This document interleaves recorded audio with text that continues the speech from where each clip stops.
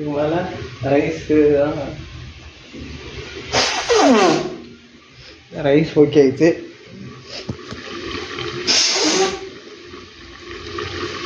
Check பண்ணிடுவோம். நல்லா gold பிடிச்சிச்சு.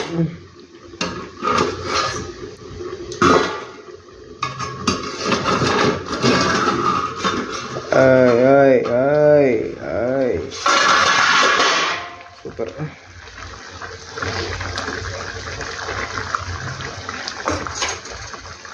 இன்னும் ஒரு 2 minutes பேக் ஆகட்டும்.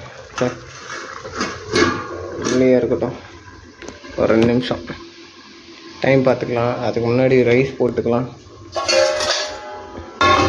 தட்டை எப்பயும் வாஷ் பண்ணிடுவோம், இருந்தாலும் ஒரு வாஷ்.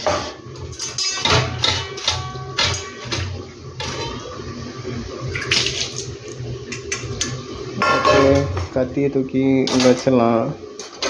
ஸ்பூனு தேவையில்ல, எங்கிட்ட போட்டுடலாம். லைட்ரு இங்கே வச்சிடலாம். இது உள்ளே இருக்கும், உள்ளே வச்சிடலாம். தென் ரைஸ் போட்டுப்போம்.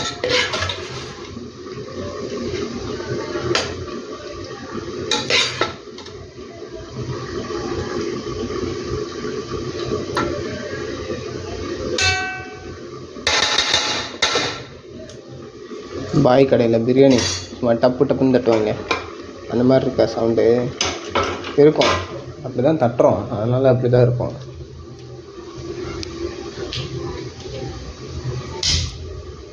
இல்லை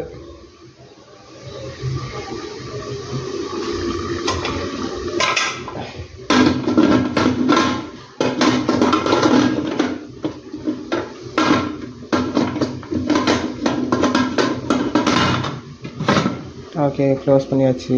இருந்தாலும் சும்மா விசில் போட்டு வைப்போம். இப்போ என்ன பண்ண போகிறோம்?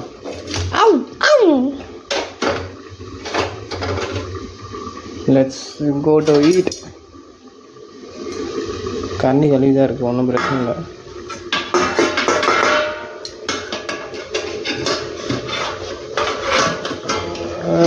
குழம்பு பத்திரம் கும்தா.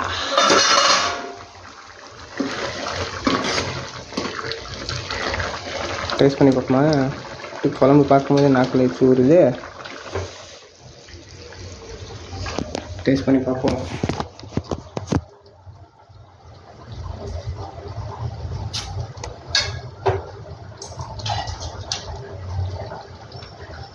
கை கழுவிப்போம்.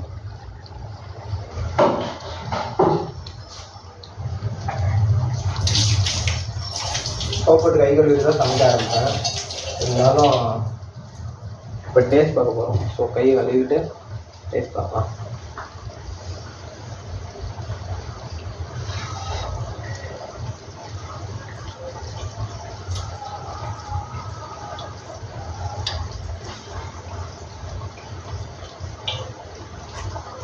போடு. அடிப்பொடி, சரியான டேஸ்ட்டு. சீரியஸாக செம்ம டேஸ்ட்டு. நான் இது வரைக்கும் கத்திரிக்காய் வச்சதே இப்படி கத்திரிக்காய் நான் இப்படி வச்சதே இல்லை. ஃபஸ்ட் டைம் இப்படி வைக்கிறேன். சரியான டேஸ்ட்டு. என்ன கருவாடு இன்னும் கொஞ்சம் உள்ளே போட்டு வச்சிருந்தோன்னா கத்திரிக்காய் கருவாடு குழம்பு அடிச்சிக்கவே ஆள் இல்லை. எந்த குழம்பா நீ என்ன குழம்பு வேணால் சொல்லுங்கள், கத்திரிக்காய் கருவாடு குழம்பு அடிச்சிக்க வேறு எந்த குழம்புமே கிடையாது. உண்மைனா கமெண்ட் பண்ணுங்கள். ஓகே,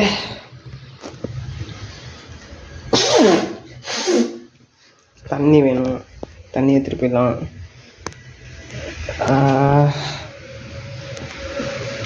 ஓகே, காலையில் வந்து பெட்ஷீட்டை மடிக்காமல் விட்டுட்டேன்.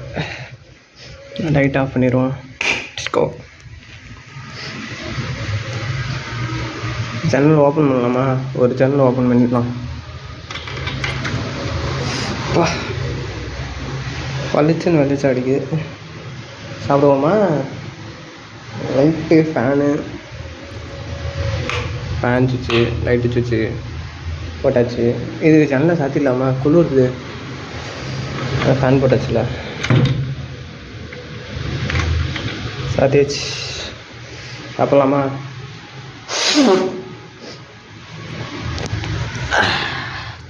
ரெடி டு சாப்பாடு.